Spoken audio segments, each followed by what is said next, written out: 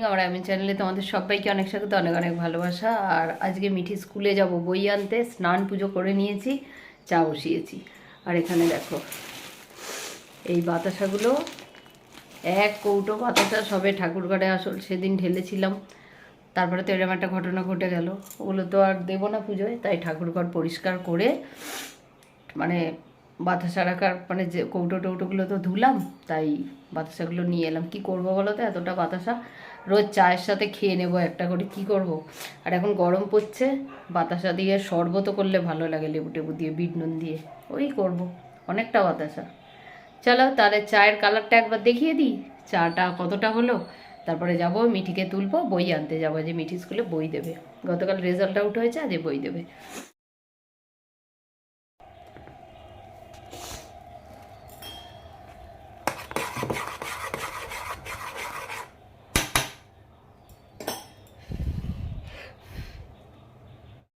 আর এই যে আমার চা, তোমাদের দাদার আর আমার।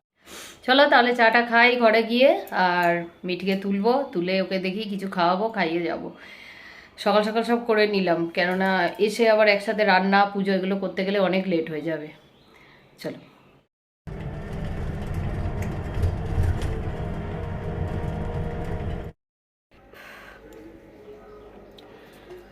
স্কুল থেকে বই নিয়ে চলে এলাম বন্ধুরা।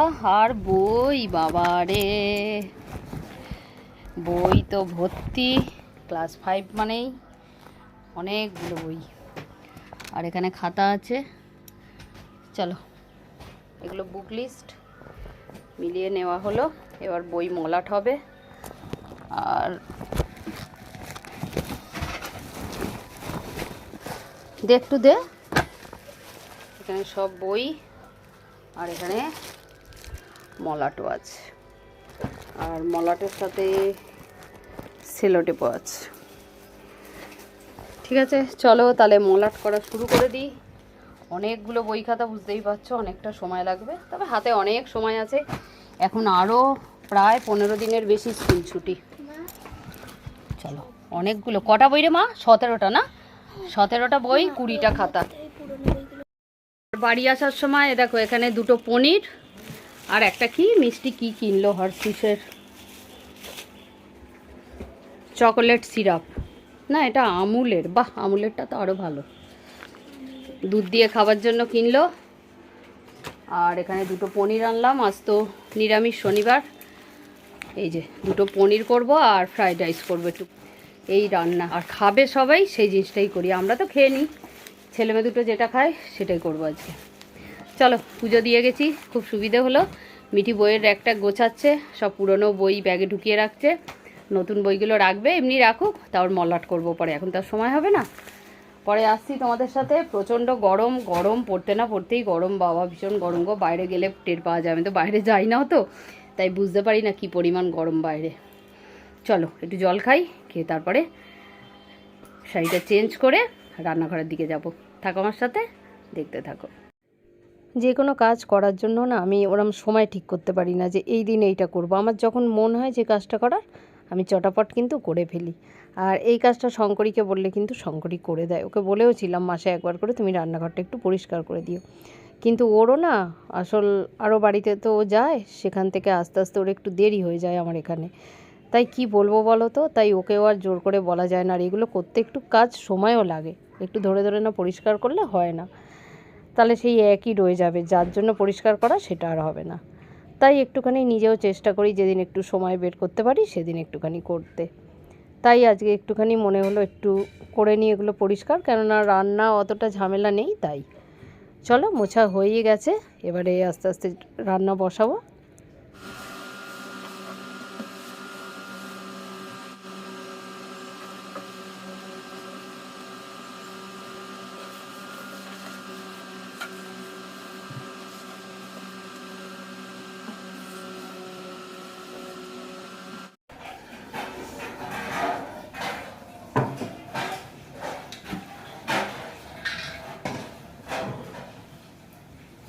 সকালে তো পুজো করে স্কুলে গেছিলাম, আর এসে দেখলে রান্নাঘরটা একটু পরিষ্কার করে নিলাম, কেননা প্রত্যেক দিন এই কাজগুলো হয় না।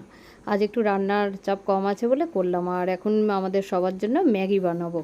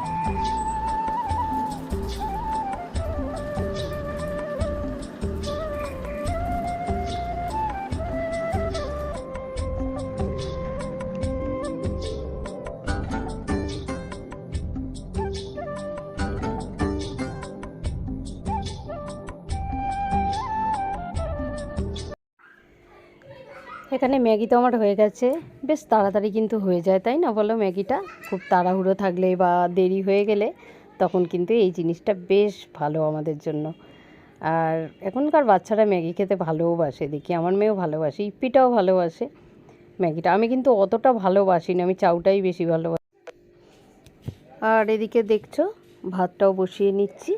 আজকে কিছুই করব না, একটু কাজু বাদাম দিয়েই করব, কেননা কিশমিশটা তোমাদের দেখাচ্ছি, দাঁড়াও। আর এখানে পনিরটা একটু আগে কেটে নিই, কেটে পনিরটা রেডি করে নিই। আজকে 2 প্যাকেট পনির দিয়েই করব, একবেলার জন্য আমাদের জন্য যথেষ্ট। আর একটু আলুও আজকে দেবো এটাতে, কেননা একটু আলু না দিলে না দেখি ভালো হয় না, গ্রেভিটা বেশ কেমন যেন হয়, আর একটু আলু দিলে ভালো হয় বেশ খেতে। আর আমার ছেলেমেয়েরা ভালোবাসে আলুটা খেতে। আর পনির বাটার মশলা, পোস্ত আর কাজু দিয়ে করব। এই আজকের নিরামিষ খাওয়া দাওয়া। গত সপ্তাহে তো খিচুড়ি করেছিলাম, আমার ছেলেমেয়েরা একেবারেই খায়নি।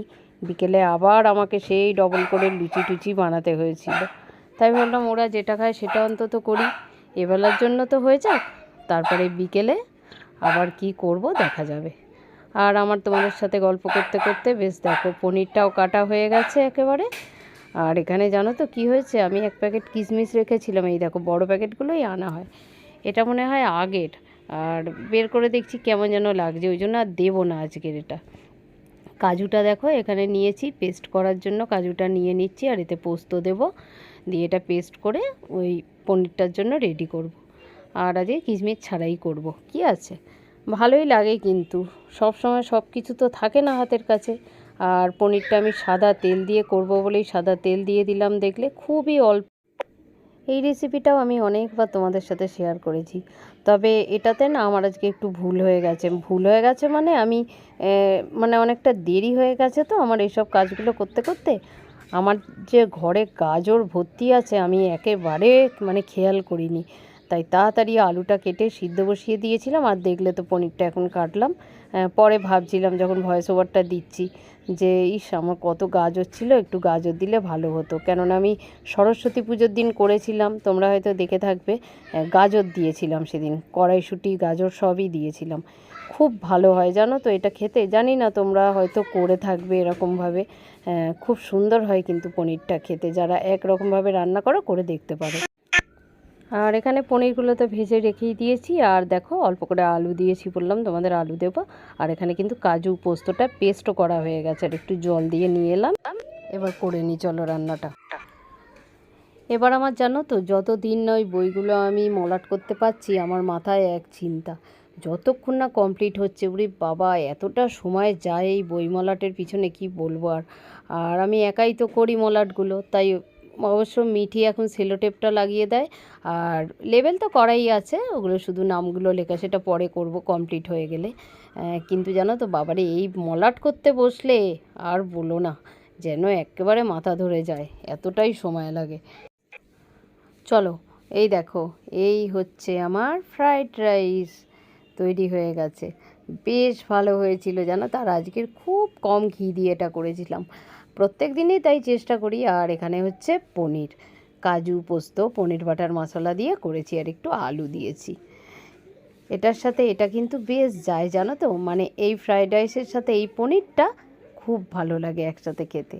চলো আর কি করব জানো তো, একটু বাঁধাকপির বড়া করব ভাবছি। চলো এখানে বাঁধাকপি দেখো কুচিয়েও নিয়েছি, আর একটু গরম জলে এটা রেখেছি, এই দেখো এটা কিন্তু গরম জল, কেননা বেশি যদি গরম জলে সিদ্ধ করে নিই বড়াটা ভালো হয় না, আবার একেবারেই না করলে আবার কচকচ করে। আর কপি তো একটু গরম জলে ভাপিয়ে নেওয়াই ভালো, তবে ভাপিয়ে না নিতে পারলে ওই যে দেখালাম গরম জলে ধুয়ে নিয়েছি, আর একটু নুন দিয়ে দিলাম। চলো আর কি কি দেবো তোমাদের সাথে শেয়ার করি। নুন তো দিলাম, এবারে কি দেবো জানো তো, এবারে দিচ্ছি পোস্ত। পোস্ত দিলে কিন্তু খুব সুন্দর হয়, বেশ মচমচে হয়। আর এবারে দিলাম বেসন, আর এবারে দিচ্ছি চালের গুঁড়ো। এইগুলো দিলে তো আর বাঁধাকপির বড়া কি বলবো, এটা দিয়েই তোমার খাওয়া হয়ে যাবে। আর এখানে দিচ্ছি বেশ অনেকটা কাঁচা লঙ্কা, একেবারে কুচি কুচি করে নিয়েছি, কাঁচা লঙ্কা দিলাম। আর প্রথমে কিন্তু আমি বাটিতে না একটু কালো জিরে নিয়ে নিয়েছিলাম, ওটা তোমাদের দেখানো হয়নি। চলো এটা রেডিও হয়ে গেছে ব্যাটারটা, এবার ভেজে ফেলি। Friends good evening. এখন বাজে 7টা, চলে এসেছি রান্নাঘরে। রুটি করব, ঘুগনি করব, আর কিছু করব না। আর কিছুটা সকালে যে ভাতটা করেছিলাম রাইসটা, সেটা আছে কিছুটা, আর পনির খুবই অল্প, একজনের মতো।